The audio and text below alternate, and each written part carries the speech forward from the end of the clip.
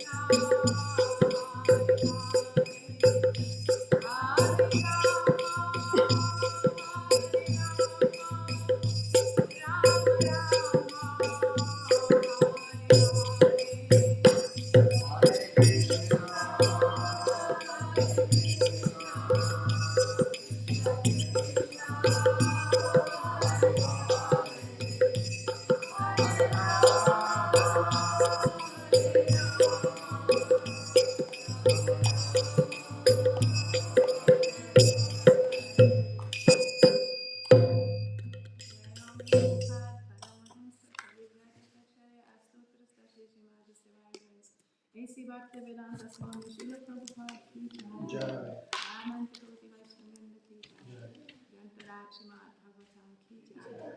glory to the assembled devotees. Glory to the assembled devotees. Oh, glory to Shri Gauranga Gauranga. Oh, glory to Shri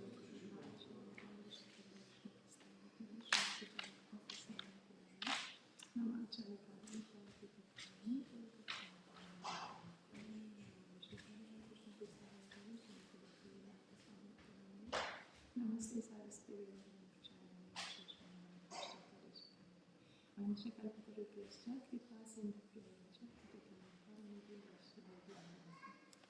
So we're reading from the Srimad Bhagavatam, second canto, the Cosmic Manifestation,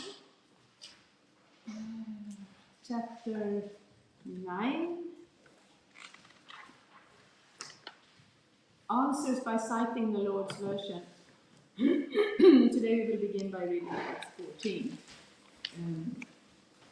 Om Namo Bhagavate Vasudevaya. Om Namo Bhagavate Vasudevaya. Om Namo Bhagavate Vasudevaya. Om Namo Bhagavate Vasudevaya. Om Namo Bhagavate Vasudevaya. Om Namo Bhagavate Vasudevaya. So, this is a very fascinating chapter because the Bhagavatam, we hear atheism is a very common situation nowadays, and then if they are a little more sophisticated, if they're a little more sophisticated, they call themselves agnostics and they say it's impossible to know God. And yes, in one sense, with our own abilities, we cannot find God. We cannot, climb up on a mountain or dig into the sea. Or even they say the soul and super soul sit in the heart, but we cannot cut up a heart and find it like that. That's not how we find God. But for Krishna, for God, it is not. It is very possible for him to show himself. And therefore he has given us, of course, all the scriptures, all the lines, and he still has his very own ability to reveal himself. And in the previous chapter,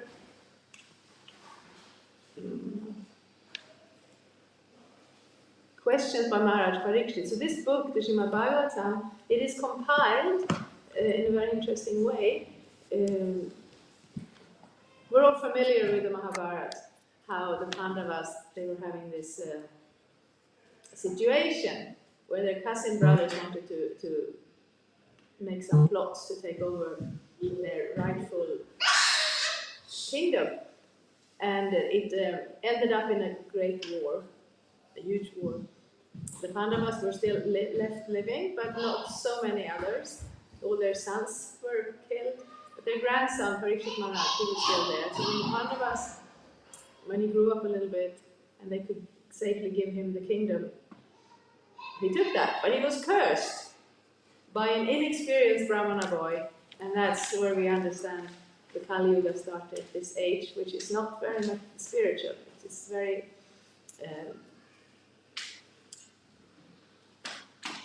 it's very strongly materialistic, and it kind of starts there, where this boy thinks himself, I'm a great Brahmana, and this king has committed an offense. So Maharaj Parikshit's activities in that moment, they were not ideal. He put the snake on the meditating sage, which we normally don't do. But it's not something you curse someone to death for. It's not on that level. So it was also Krishna's arrangement, because Krishna does things in very interesting ways. So now we're in that situation where Maharaj Parikshit knows he will die in 7 days. We don't know. We could die tomorrow. Or we could live for 100 years. But we don't know. Maharaj Parikshit, he knew. He knew he had 7 days. So he goes down to the bank of the holy river, and sometimes it said the Ganga, and sometimes it said the Yamuna, because he comes from the Hastinapur, which is near to the Yamuna. So that's quite likely. He sits down and he wants to ask the sages the most important question. And they are all deferring until Shukadeva Goswami shows up. Then everyone defers to him. And he starts to respond. So Maharaj Parikshit asks this very important question: what is your most important duty in this world, and especially when you're going to die? One interesting thing is, we are all going to die. Maybe not right now, but we're all going to die. We are the Hare Krishnas. We are not morbid, we are realistic. We're all going to die. So we're also all going to live. We have to live a good life, but we have to understand at one point life ends. And then what is left? Soul is left. Everything else, the body, the family, the riches, the interests, the friends, everything is left behind. And then what do we have? So that is Maharaj Parikshit's first question. But he asks also a lot of questions. So if you have access to the Bhagavatam, and go back and read this chapter because it's very interesting. He doesn't only ask about spiritual things, he also asks about this world. How did it come to be? How is it created? What are we doing here? So many questions. And very good questions, because if there would be no questions, there would be no answers. Then we wouldn't have had the Bhagavatam. So now we're in the next chapter, answers by citing the Lord's version. And here, see, it's very interesting because Bhagavatam, it's 12 cantos. And I have read it, and I've read it, and I've read it, but then I'm opening this chapter, and it's like, oh, I don't remember this one, I don't remember this verse. So the universe, they are all coming. Krishna is described as Sarvakarankarana, the cause of all causes. So when we go back for the cause of this, we come back to Krishna. So this world is created mainly for us. That's the external reason, to give us a place to be when we are not satisfied with the situation in the spiritual world. Because the situation is one of pure love, a dynamic relationship flowing in the direction of pure love for Krishna. There are also so many Vaikuntha planets. There's the Goloka with Krishna, the Vaikuntha planets with different Vishnu in, forms, and all the devotees who serve them with love. And in the Vaikunthas, it's a mode of awe and reverence, which we also kind of imbibe when especially when our love hasn't grown very strong and spontaneous. We have the respect. We bow down. We pay obeisances. We perform some service because this is God and we are His servants. And then in the Vrindavan, in the Goloka Vrindavan, that all reverence is gone. Then it's just the pure love. Mother Yashoda will tell Krishna to behave. The coward boys, they will steal his lunch and hide it from him. That is not how you normally think to worship God, but that is when the love manifests more strongly. But some of us wanted to try something else. And this love is, of course, based on free will. You cannot love someone under a threat. You can behave, you can show respect, you can, follow the instructions under some threat. But the love doesn't come from threat. Love comes from the heart. And when that love doesn't come, then Krishna says, okay, you can have this place. You can go here. So here we can try out all the other situations, but we can also always have access to coming back. In every culture there is a form of religion where you can start to connect back to God in different ways. And then when we are on a not very developed platform, we use that as a basis for fighting. My religion is better than your religion. And then the atheist will say, yeah, look at their religion, it just causes the problems. But people who are a little more elevated in their religious principles, they do not fight. They will cooperate and show love and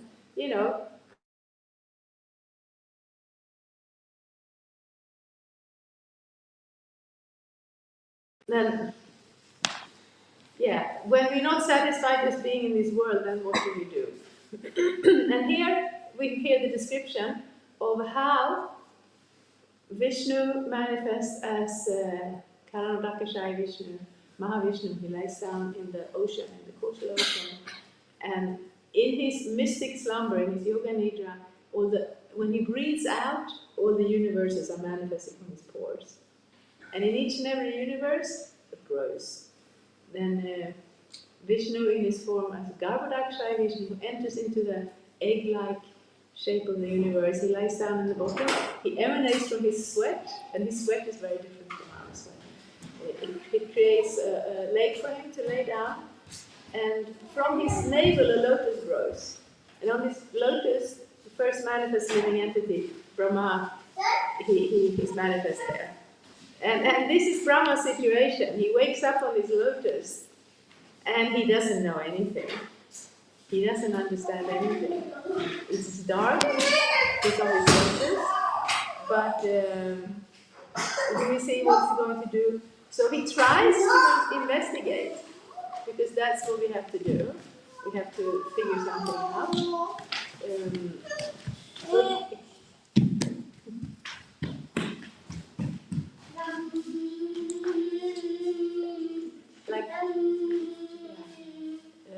So he's on this lotus, and he climbs down the stem of the lotus, and he finds the water.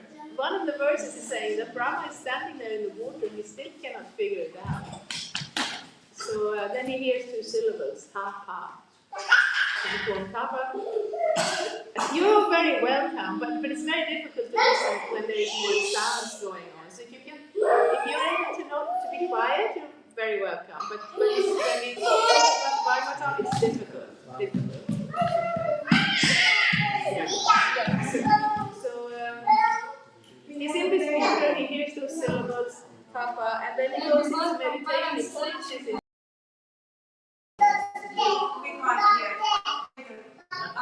There's a playroom on this. I can show the playroom. If one of the adults goes with the children to the playroom.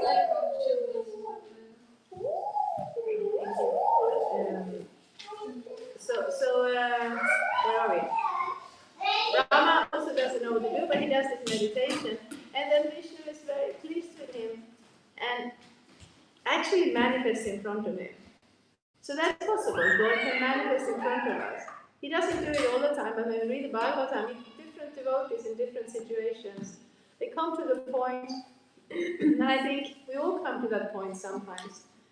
Maybe we're not alone in a dark universe with just a stem of a lotus to follow, but when we don't exactly know everything, and we turn to God, we turn very earnestly to God, and then He's able to show Himself. And in the Bible, we often see like a devotee, like Narada Muni gives some instructions. You chant this mantra, you do this process.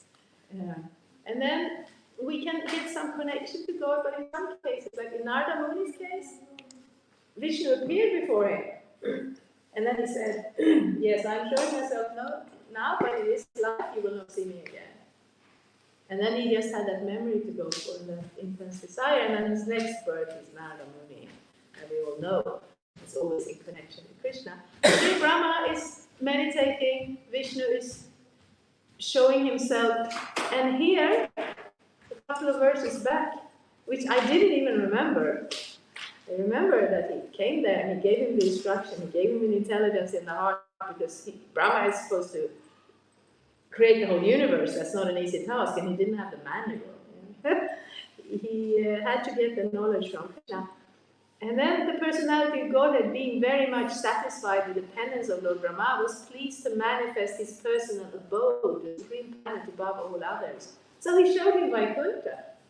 So it's quite interesting. We may not see Krishna, we may not see Vishnu, we may not see Vaikuntha, but we can understand from the Bhagavatam that it's not a difficulty for Krishna to show himself. But then for us, so what are we supposed to do? So here, this verse that I'm reading today is text 14. Now he's seen the Vaikuntha, he's seen the inhabitants, he's seen the airplanes, and it's very beautiful. And people will think, oh, it's a little naive to think of God like that. But you know why? Why is it naive to hear about God from the scriptures that He has given us, and to think that God will have a very, very lovely abode? You know, why would He have something less than us? I'm sure everybody here, they have a home where you have, decorated in the colors you like, and with the art that you like, and with some order to paraphernalia that you like. And it's, you want it to be quite lovely. And if you got God, it's going to be so lovely. The Vaikunthas are so lovely. And all the inhabitants there in the Vaikuntha planets, they have the same features. They have the forearms and the blue complexions. And they are compared there to diamonds and coral, and their eyes to lotuses. And why should it be anything less than lovely? Of course, sometimes they meditate, like they think in the meditation of the process, that material world is full of suffering. That's also true. You know, whatever we have, we're going to lose it. And even if everything is very good, when we lose it, it's terrible. It's so painful. It's even worse when you have something nice. You know, you see people who have a very nice relationship and they're married for many years and then the wife dies. And the husband thinks, well, we were supposed to have a good old age together and she's gone. And, you know, it's devastating. So this world is like that. Many things are lovely, but then we lose them and then they're gone. And many things are also terrible. We just have to turn on the news and see. It's terrible. Spiritual world is not terrible. It is very lovely. And this verse today is continuing the description here. Shri. Does anyone have a book to read? Yeah. Shri. Shri Yatra. Yatra Rupini. Urgaya. Padayo. Shri Yatra Rupini Urgaya Padayo. Shri Yatra Rupini Urgaya Padayo.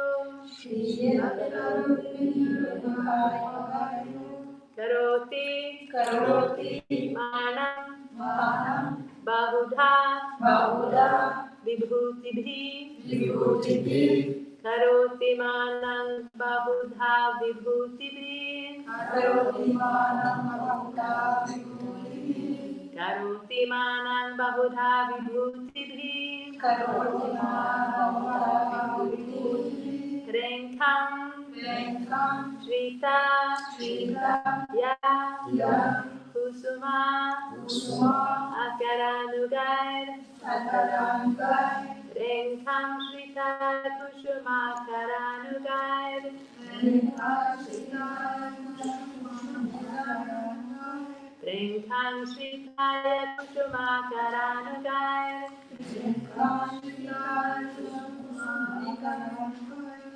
Vidiyamana Kriya Karma Gayati Vidiyamana Kriya Karma Gayati Vidiyamana Kriya Karma Gayati. Thank you, that was very, very good. Shri, the goddess of fortune.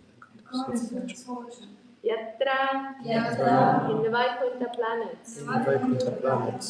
Rupini, in her transcendental form. Urugaya, the Lord, who is sung of by the great devotees. Padayo, under the lotus feet of the Lord.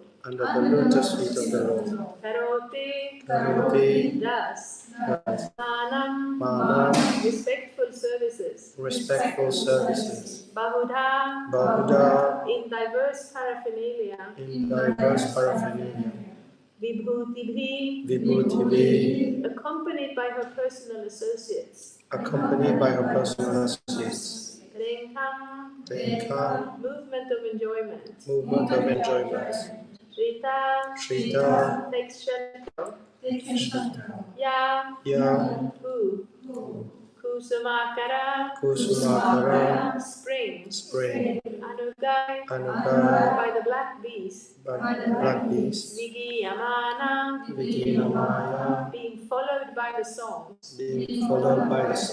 Kriya karma, activities of the dear most. Gayati, singing. Translation. The goddess of fortune in her transcendental form is engaged in the loving service of the Lord's lotus feet. And being moved by the black bees, followers of spring, she is not only engaged in variegated pleasure, service to the Lord along with her constant companions, but is also engaged in singing the glories of the Lord's activities. So this is Lakshmi Devi, the goddess of fortune, whom everyone is hoping for her favor. Everyone is hoping to worship Lakshmi Narayan, but some are more interested in the favors of Lakshmi than the service of Narayan, because everything, all the fortune she can give that. But in this world, one of her names is also Chanchala. She's very flickering. We cannot trust her. Sometimes we have her favor, sometimes we don't have her favor, because she's very restless. But not when she's at the feet of Narayan, then she's not restless, because she's fully satisfied in that loving service. And that is a beautiful description, and it's also kind of a very helpful perspective for us to have. And we are reading the translation from A.C. Bhaktivedanta Swami Prabhupada, and this verse is translated, but it doesn't have a purport, so I will read also the next verse, text 15. Dadapatim,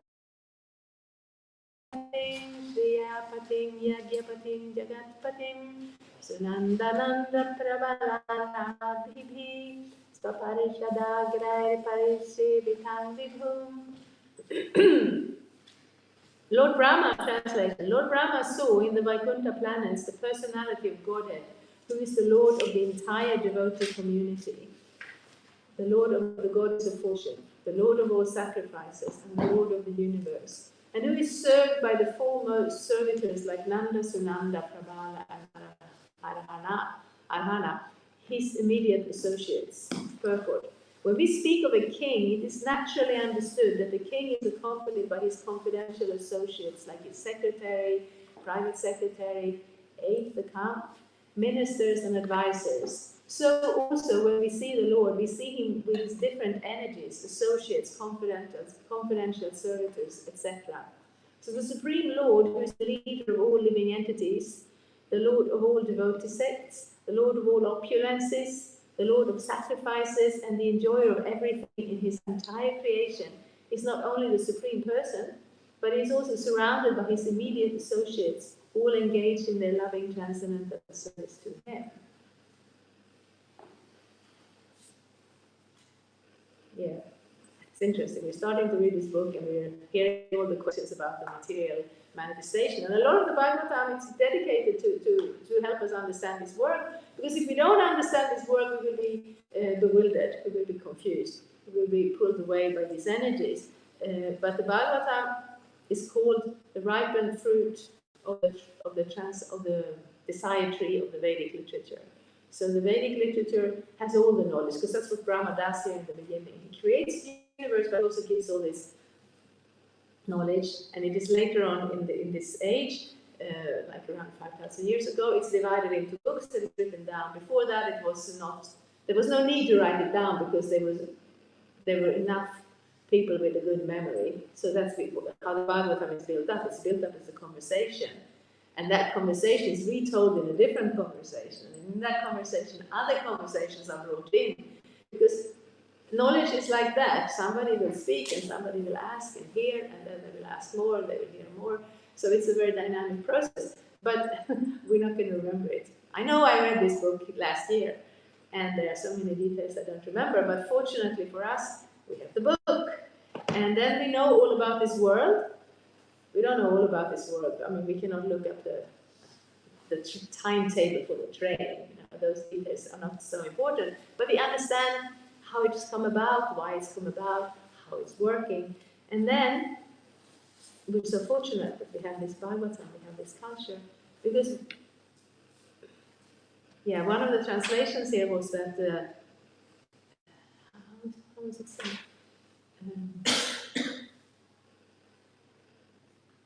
The Lord of all devotee sects. God is the Lord of everybody who is religious, and then the different religions, they will come in slightly different forms. And then people will be bewildered and say, yeah, that's what religions do. They fight with each other. They cause all the problems. But we really don't need religions for that. We can see just in recent memory here in Europe, we had like the Nazi Germany, there were so many wars. We had the Soviet Union, there were so many wars. They didn't need religion to fight. They just take any excuse. If people want to fight, they take any excuse. They can fight over religion too, but we don't want to blame that on religion. We want to blame that on people's limited understanding of what religion is for. Religion is for us connecting to God. Religion is for giving us some principles to live in this world so we don't get swept away by these energies, because we can see that, especially when we have this connection to the culture of the Bhagavatam, and we understand basic things like karma and reincarnation. Those things are very basic. And many religions, they don't have them spelled out. So they have things in a more abbreviated, follow some religious principles. We know when we die, our activities will cause the direction we take after the death. But the Bhagavatam gives us some more information. Also, we understand that when we connect to God and we accept His mercy, then it is also possible to rise above this circle of samsara, this coming and going, enjoying and suffering, and then starting over and over and over again. It is so frustrating, and now we have the human life form, and we have a connection to this culture, so it's quite possible for us to connect again to Krishna.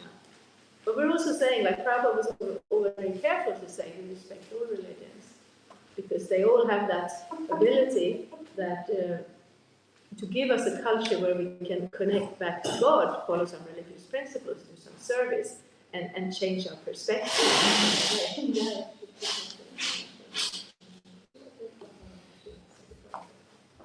So we have Lord Chaitanya Mahaprabhu with his closest associates, and that is the incarnation of Krishna who came just 500 years ago, because Krishna, in his infinite wisdom and kindness, could look at this age and see, yeah, people in this age, they're not going to do some very powerful yoga, they're not going to be very strong or intelligent or spiritual. We have to give them a process that is both easy and powerful.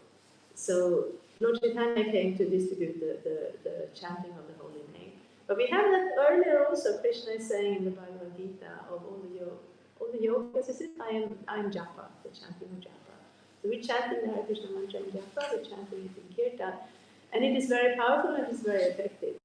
But at the same time, we have to study the Bhagavatam, so we understand why we're here, what we're doing, where we're going, and we're developing those,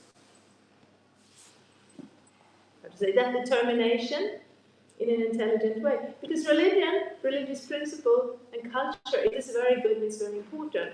But if we don't have some knowledge to it, generally we see today people are dismissing it as something their grandmother did. You know, they did all the puja, or they did go to church, and yeah, whatever. But now we have intelligent scientists who can tell us what is what. And the scientists can tell us many things about how to analyze the atoms and how to build bridges that don't fall down, and you know, they have created the internet. but where it all comes from, you know, Brahma is even bewildered, or Brahma is bewildered. He's there on the lotus flower, and it is stated later on that all the material elements are present in that stem of the lotus. That's what he uses to create the planets and everything that we see in this world. But he gets to meet the person behind it all. He gets to meet Vishnu. The scientists are not going to find Vishnu when they go to outer space or when they go inside the atoms. And we should also not be bewildered that some material knowledge will show us the meaning of life. It can give us a lot of tools. Like Prabhupada was not against using tools. He would fly around the world. He came to America in 1965, and he left his body in Vrindavan in 1977. So in his 12 years, I think he circled the globe 14 times, something like that. So he took the airplanes, he used the dictaphone, he used the printing presses. There's nothing wrong with using the things that are of this world, because they're also Krishna's energy. The most important thing is to connect with that person, Krishna, behind all those energies. And here we get a little glimpse into Vaikuntha. And Brahma doesn't have to, that's also what they say. Well, if you are religious and you believe that after death you go somewhere else, no one ever came back to tell us where they went. No, but, you know, we see how Brahma, he didn't have to die. Vishnu could just open the vision to let him see Vaikuntha. And it's spoken here, and we can read about it, and we can get some directions in life. And then we find that, just like the goddess of fortune, when she is engaged in that service, when she's absorbed in, she can give up the chanchala qualities because she's fully satisfied. And the same thing with us. Prabhupada is not asking anyone to give up their religion. He said, I have not come here to to convert you to a different religion, but just to give you these principles. And then when his students came to him and asked, so what more can we do? Then they took the relationship of disciples, and then he would, of course, instruct them fully. But basically, he's speaking to everybody. Prabhupada is speaking to everybody. I'm listening to his sound files because we have that great fortune that in this age, we were able to capture so much is recorded. Like we have the books, we have the sound files. And in every assembly, he would just say this, the same, come back to the same basic thing. We are not this body. We are the soul inside the body. So if we spend our whole life just maintaining the body and trying to find some satisfaction for the senses, but that is impossible. The senses will not be satisfied. I know the other day, we were taking some prasadam, we were eating, and it was so nice, and I ate so much, and I went to bed, and I was thinking, I'm never going to eat again. And then the next day, I was hungry again, because that satisfaction doesn't exist. It's just very temporary. Of course, we have to eat. We have to have a roof over our head. We have to have relationships with friends and family. All those things we have to have, and we have to give up. But we can connect everything in devotional service, especially cooking. Hare Krishna, we are known as the kitchen religion.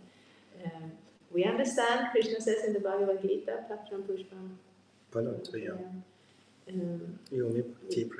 Yeah, a leaf, a flower, fruits and water.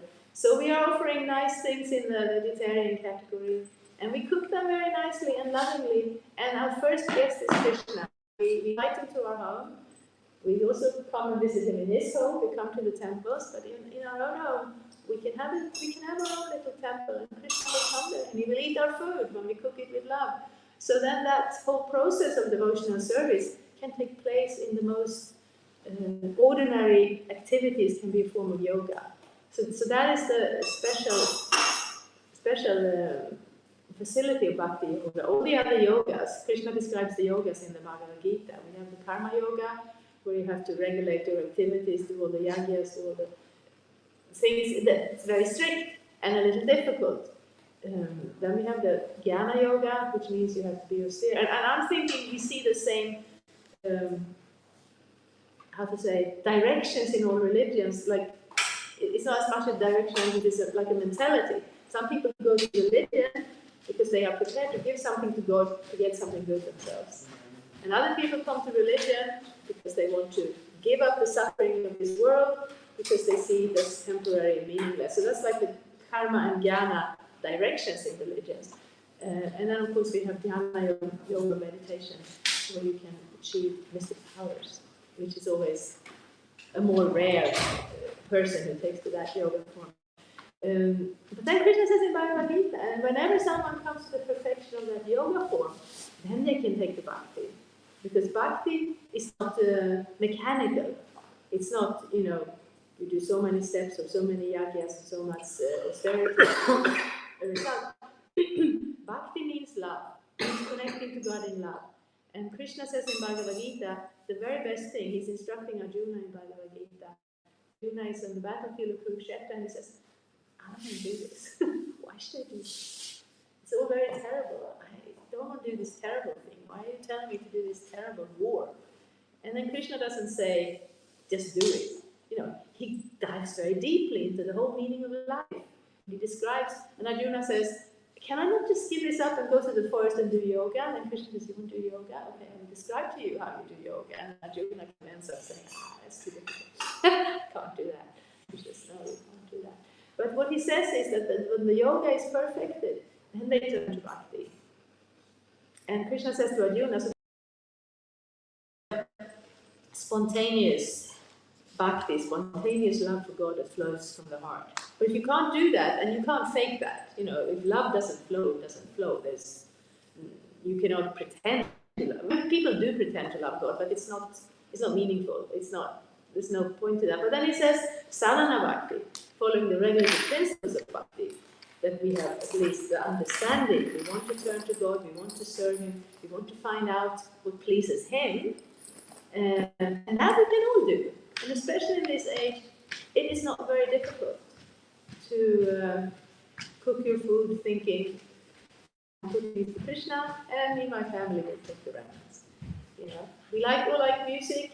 We can sing together. We can sing songs about Krishna. Then that becomes a meditation, a very nice meditation, because it's easy to focus the mind when you're together with friends making nice music.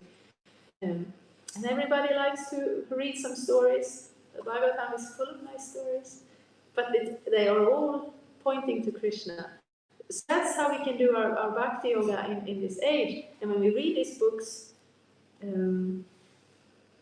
it's good to start with the Bhagavad Gita. We have all heard about the Bhagavad Gita, but sometimes we need to start, read up on it a little bit to kind of get the gist of Bhagavad Gita, get the principles of Bhagavad Gita. Because when we have those we're very clear on the principles of Bhagavad Gita, nothing in this world will be confusing. It's all been covered by Krishna. But then we can enter into the Bhagavatam with a good understanding of the Bhagavad Gita, and we can just come closer and closer to Krishna. It is such a wonderful book. Like Prabhupada will give the example: if you have a sugar cane, wherever you bite in it, it's going to be sweet. But the best way to understand it is to read systematically, to start from the beginning, to learn about it step by step until you come to Krishna. But whichever part we have, we read whatever part we have. And then in a very natural way, we can, like when we were singing this song in the beginning, Jai Radha Madhava, and then all the names of Krishna we notice, they are in connection with his devotees and his activities. So, he's the Lord of the Yadus, and he's the lover of Radharani, and he's the beloved son of Mother Yashoda, and he's also welcoming us. He's also prepared to be, the beloved Lord of each and every one of your names. Because he has that capacity. Nobody else has that capacity. We always want to have that loving relationship. And, if we are fortunate, we do have a good wife or husband. We do have good children. We do have good parents. But there's really nobody else in existence that can accommodate the love of everybody. And I heard one young girl, she grew up with devotees, and then she was going through some difficulties, and saying, why should I try to have a relationship with Krishna? I will never be the most important one. He always has Radharani. But the thing is, when we see stories about Krishna, whoever has a relationship with him, they are very satisfied in that relationship, because Krishna completely reciprocates in that relationship. With Mother Yashoda, Krishna is not stealing the lunch bag from her because she doesn't want to reciprocate as a friend. She wants to reciprocate as a mother, and Krishna is the perfect son. It doesn't mean he's always well behaved. He's very mischievous, but in such a way that it just increases Mother Yashoda's love for him at every step. And it grows at every step. It's perfect, but at every moment it's becoming more perfect. So that is the Lord who is now also welcoming us. That, okay, you were trying something else, you were trying something out. This material world, I don't know if you are the right crowd, but I guess you all look Indian, so I guess at least some of you are IT professionals. So if you have a virtual reality, you can try things out without going there. So this material world is like a virtual reality. You want to try to enjoy like this, you want to try to enjoy like that. Okay, you can have this body, you can have that body, you can try it out, and then you come back to the starting point to choose points, your karma points. So we have tried for a while, and now we are human beings, now we have some intelligence, now we have some ability to connect to Krishna. So that's why we want to take it, in this life we want to take it seriously. And we want to hear the Bhagavatam, so it's not just some vague religious thing we do on the holidays, but Krishna is that person that we can think about all the time, because there's so many nice things to think about.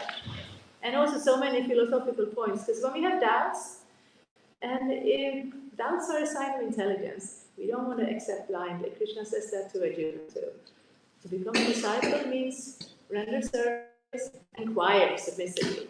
No absurd questions, but also no blind following. So we hear about Krishna, we learn about him more and more, and we learn also to understand how the world works. And then we're in a very good position for going back to Godhead. And that's the gift of Krishna, that we always have that opportunity to connect back to him. Yeah, that was some of the thoughts that I had on these verses, on this wonderful part of the Bhagavatam. don't know if there are any questions or comments. Or something. Are there somewhere, I'm not very learned, as you know, are there somewhere more explanations how Vaikuntha is, how Krishna operates? No, like this was a very small glimpse, and I'm just thinking to a little bit wider picture, if you would. Yeah, the thing is, my memory is not very structured, so I cannot point to it immediately. I mean, we do hear about Krishna in the 10th canto, but then it's mostly about when he's here on Gokula Vrindavan in this material world. But that is, of course, non-different. I'm sure there's more. I mean, Brahma Samhita is all full of descriptions. Is there somebody who can help me out, or we will have to look it up? Where can we find more descriptions of the spiritual world in the Bible? I only know that occasionally there is some description here and there. Yeah. The Bhagavatam. Yeah.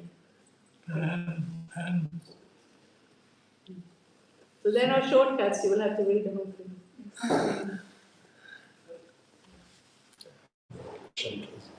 So you said we shouldn't follow blindly. Yeah. Like doubt is a sign of intelligence as well. Yeah. Sometimes when I ask questions, I feel like, okay, I'm putting the person in a bad, like they don't want to answer those questions. Especially, Yeah. Yeah. I am someone who questions everything. Why do we need to do point A to point B? Yeah. Or why do we need to do point A, point B, then C? Why can't we go directly to point C? Yeah. These kind of things. Yeah. So I will come back to the Bhagavad Gita verse where Krishna says service and submissive inquiry. So are the questions submissive, or are you just being, why do we have to do that? Because sometimes the person doesn't have the answer, because there are many questions that are either a detail that somebody doesn't know, or it's like on an advanced level of realization that person may not know. And also, so that it can also be like in the relationship, because some things do have obvious answers. Some things, like we had a very nice boy, he joined us here, and in the beginning, he was just flabbergasted about all the cleanliness, like all the hand washing. He said, yeah, of course, I understand that in countries, warmer countries like maybe India, there is big risk for infection and you have to wash all the time, but do we have to do it here? And then one of the devotees said to him, so why is that a problem to you? And he realized, why is it? Because it's very purifying. You know, when we have the story of Mother Yamuna, when she first met with Prabhupada, her sister had joined the devotees. This is very early days. Her sister, they were having a wedding, and then she invited Yamuna, who was her sister at that time. Okay, they were all sisters, of course, but family who came. And Prabhupada was personally preparing the whole feast. He was cooking a whole feast. He was cooking everything in the beginning. It's amazing. Like you hear about these stories, and you realize, like I realized, if I just cook a dinner for my family, I'm exhausted. He cooked all the time, cleaned everything, until the devotees started to say, "Can I help?" And he said, "Oh yes, oh yes, you can wash the pots, you can clean the floor. There's so much service." So he had engaged Yamuna because she was supposed to, as the family of the bride, to be engaged. So I think she was rolling kashoris. And then she tells this story, we can find it on the YouTube. She was a little warm, so she kind of went like this. And then Prabhupada said, wash your hands. And then she asked something else, if she could go out, and I can't remember, do something else. And then I said, wash your hands. And she describes it in such a loving way. So many of the things, we may not immediately know why we have to do like this or like that, but in general, from point A to point B to point C, like sometimes they say, why do you have to read about this whole universe of creation? Why don't we just read about the 10th canto about Krishna? But Bhakti Yoga is a process. Everybody doesn't have the answer to every detail, but we also know that... So it can depend on the relationship with the person you ask, it can depend on their level of knowledge, it can depend on your attitude of asking, because it's very different if somebody... Yeah, I don't understand your principles of cleanliness. Why is it that we do this? And then we can explain it. And maybe we don't fully understand why we take bath after being in the bathroom.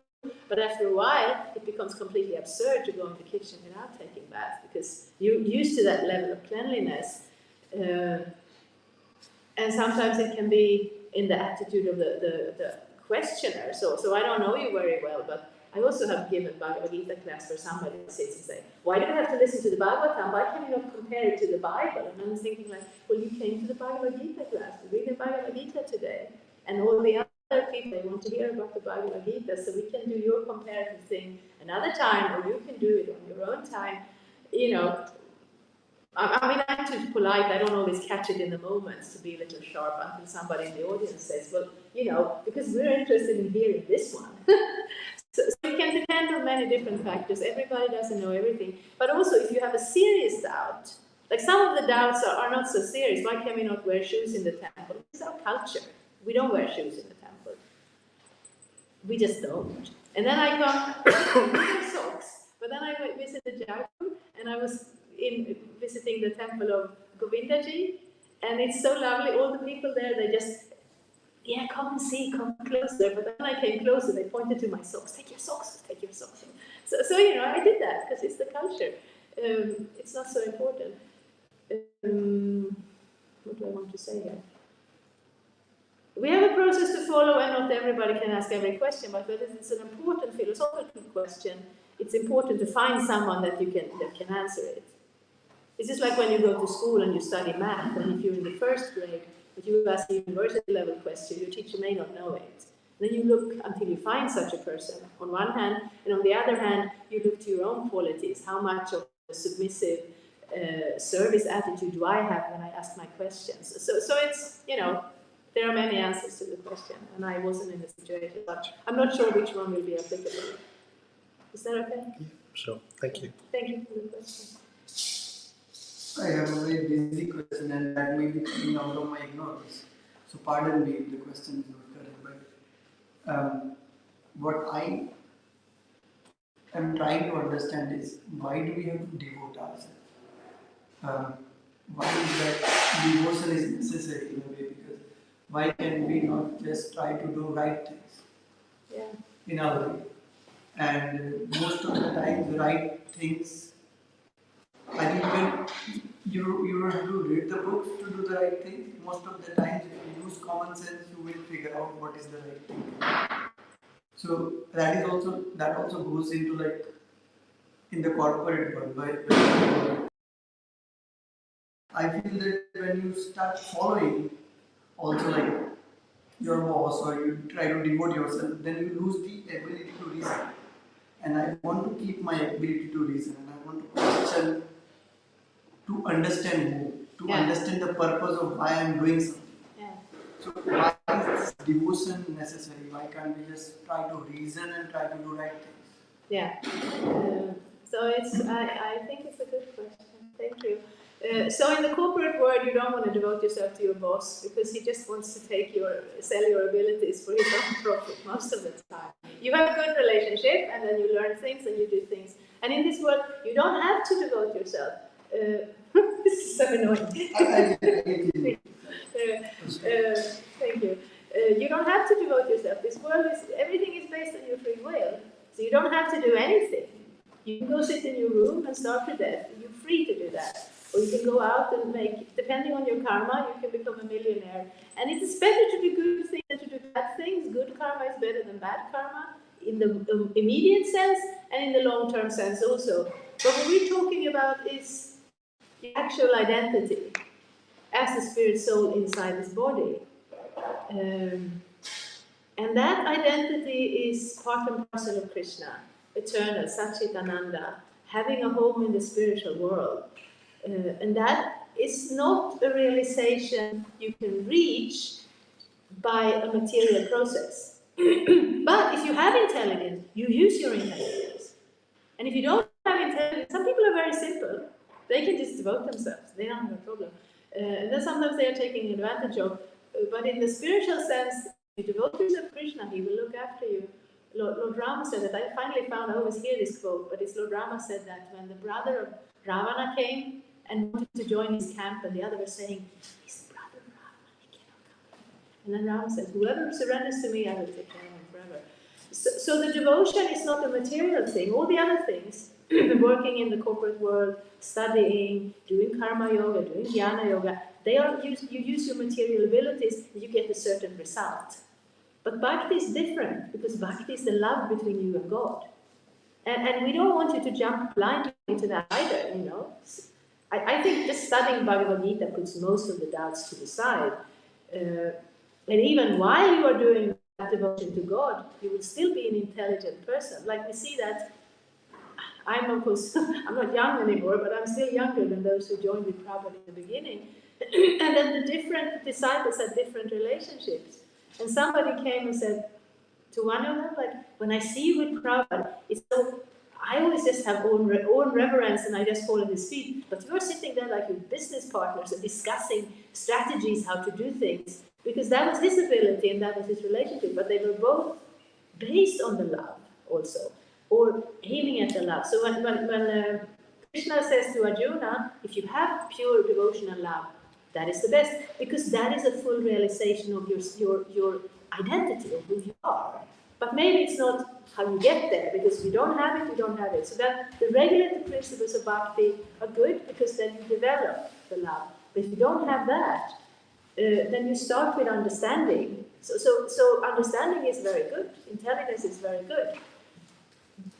But it will not be how you realize your eternal spiritual identity.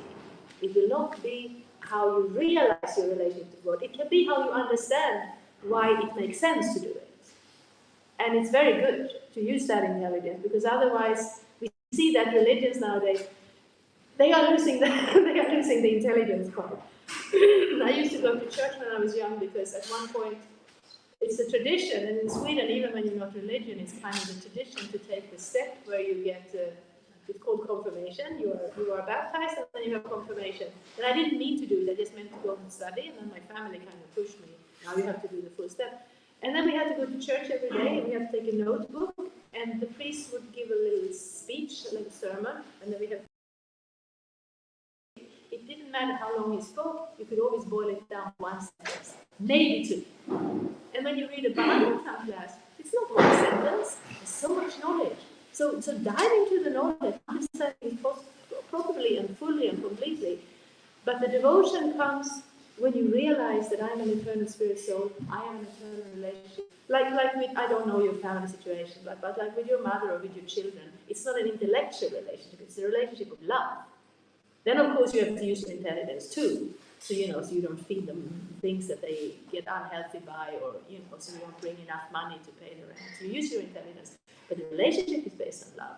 And with Krishna also, we understand that he's God. That is the first basis. Because we don't throw our devotion on just anybody. So we understand fully the position. But then the goal, or the full realization, is a relationship of love. Is that okay? Yeah, that answers. I will delve into myself. I probably read the Bhagavad Gita to understand it. It's just that I see that some of the religions, when you start arguing, or not arguing, when you start discussing nowadays, it discussion ends when basically when you start discussing about reasoning, it ends there. Then they say, no, there is no space for reasoning in the that's not our tradition. Yeah, that's about, I feel like we should be having that intelligence and ability to question. Yes. And then trust something, or believe into something. Absolutely. That's also what Krishna says to Arjuna, to be a disciple, render service and inquire submissively. I mean, it's not, so Prabhupada says both absurd question, arguing and blind following is rejected. So you don't follow blindly. Of course, if you're lucky and you follow the right person blindly, you will get to the right point. Yeah. But if you have some intelligence, you have to use it. I even heard one question once. They were asking, as a new person, as a beginner, what use is philosophy? And his answer was, if you have intelligence, you have to absorb it in something. And if the philosophy is not satisfying, and I hear exactly what you're saying, because I've had the same experience, and friends of mine have the same experience. You approach a religious tradition, And then as soon as your questions get a little too deep or complicated, they're saying, oh, you just have to trust, you have to just believe. And how can you believe if you don't understand it? It doesn't make any sense. But then you get to a certain level where Radharani is arguing with the bumblebee. I mean, you can't analyze that because that is, it comes out of the relationship of love. But mostly everything up to that point you can analyze, and even the how to say, the point of love itself you can discuss. Because if it's a relationship between two persons, at one point it's not intellectual anymore. And if God is there, He's not going to be less than us, He's going to be more than us. Because sometimes they say that, yeah, well, how can you call God a person? Doesn't that limit Him? No, it doesn't limit Him. If you say He's not a person, that limits Him. We don't want to tell God He can't be a person. He enjoys being a person in this relationship that we hear about. It's like nectar to our ears, and it, how to say, it pleases the heart so much. But we still want to have the intellectual understanding of the philosophy, how everything holds together, how everything makes sense. Absolutely. Continue. Use your intelligence. It's very good. I think I completely understood what you said. It's just that the first thing, these things starts with to believe in God, like to believe that Krishna is God. It is something like, because there are so, every religion has gods. So Yeah. who is God? No, it's the same God. He just has different names in different traditions. There's just one God. But we come closer to him differently. And I will say this philosophy, this tradition, at least we get an idea of him. Like, I know that you read the Bible and it's all about God. You should serve God and you should surrender to God. And then you should go to heaven where God is. But we don't hear anything about this God. Who is he actually? But the Bible lets us have a glimpse into his mode and lets us to know him. It's still the basic philosophy, the basic knowledge. And I believe also very strongly that Krishna has given all these different traditions, so religions, because so that wherever you are and whenever you are, you will have an ability to connect up to something. And then we see in all these traditions, where you in general may not have very much knowledge, but you have deeply realized saints and sages in all traditions that speak to God face to face, because that's also like in our own sincerity following the process, Krishna can also reveal himself. So that's how we understand it. There is one God, but in the different traditions, he has many names, and the traditions are slightly different, so that people from different cultures or levels of realization will be able to start up their process of connecting to him. But the Bhagavad Gita is very complete. But Bhagavad Gita, study Bhagavad Gita and come back with your questions. And just like this gentleman here said, like sometimes you find that your questions don't get satisfying answer, but probably there's someone else who has better answers. Because, you know, like this question, I couldn't answer it. Where in the book is that knowledge? I couldn't answer it. So somebody else will be able to answer it. But that's it's the recommended process to ask questions. And if we are not satisfied, like philosophically, then it's either that the presenter couldn't present it properly or that the philosophy isn't complete. And I find, I mean, Prabhupada also is very respectful to religions, but you look at Christianity and it doesn't have philosophy. The philosophy is added later. Hundreds of years later, they added some philosophy. But this is just kind of gave simple examples and told people to connect to his Father, God. And then they did that because he had apparently a very powerful spiritual presence, and it worked, but it doesn't have much philosophy. The Bhagavatam has a lot of philosophy. Because like when we hear the Vedas, we hear that the Vedanta Sutra is the deepest philosophical treatise. But it's hard to read because it's sutra form. So you have to be very deep yourself. So the natural commentary, there are many commentaries, but Vyasadeva who wrote it, his commentary is the Srimad Bhagavatam. So read the Bhagavad Gita, understand the questions, ask questions, and then continue in the Bhagavatam to see that our logic and reason is very good and very useful. But at one point, the level that really satisfies the heart, the philosophy satisfies the intellect, but the heart is satisfied in the relationship with God. So, is that okay? Yeah. Okay, we drew over a little bit, but it was a good question. I couldn't resist it. Hare Krishna, thank you so much. Hare Krishna.